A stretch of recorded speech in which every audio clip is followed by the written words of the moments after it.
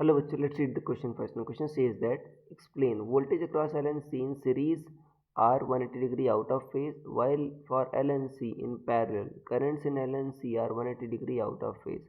सोचो सबसे पहले आपको पता होना चाहिए की कंसेप्ट क्या यूज हो रहा है इसमें.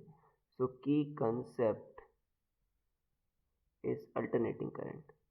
क्या बच्चों आपका अल्टरनेटिंग करंट. अल्टरनेटिंग करंट क्या है बच्चों, जिसमें आपका करंट का magnitude as well as direction आपका बच्चों चेंज होता रहता है. ठीक है, अल्टरनेटिंग करंट में. और हम साइनसॉइडल करंट के बारे में बात करते हैं. और आपको पता है बच्चों, जब आप फेजर डायग्राम बनाते हो तो मान लो अगर ये करंट हो गया, ठीक है ना, तो जो वोल्टेज होता है, ठीक है ना, अक्रॉस इंडक्टर, वो बच्चों लीड करता है करंट को. और जो, ठीक है, कैपेसिटर क्रॉस जो वोल्टेज होता है बच्चों लैग करता है. या आप ऐसा कह दो कि आईसी बच्चों आपके लीड करती है, आईसी, ठीक है ना, लीड करती है वीसी, लीड्स वीसी बाई 90.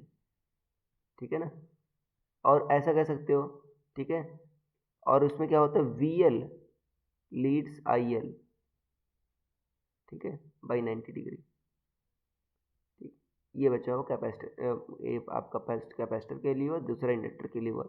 अब सीरीज में देखो बच्चों, सीरीज में क्या है, आपका करंट सेम होता है. फर्स्ट केस के बारे में बात करते हैं. तो बच्चों करंट मान लो सेम हो गया, करंट को आपने बेस बना लिया, ठीक है ना, इधर करंट हुआ.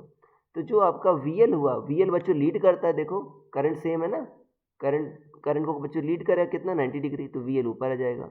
और वीसी क्या करेगा बच्चों, आपका लैग करेगा 90 डिग्री, तो वीसी नीचे आएगा. देखो वीएल और वीसी क्या हो गए बच्चों, आपके 180 डिग्री आउट ऑफ फेज हो गए कि नहीं हो गए बच्चों.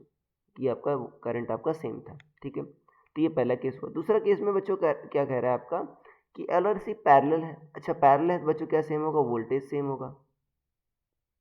क्या होगा आपको, आपका वोल्टेज सेम होगा. तो अभी वी को आप बेस बना लो. अभी देखो क्या है आपका कि आईसी बच्चों वोल्टेज को लीड करती है, और आपका, ठीक है ना, इसमें आईएल आपका लैग करता है बच्चों.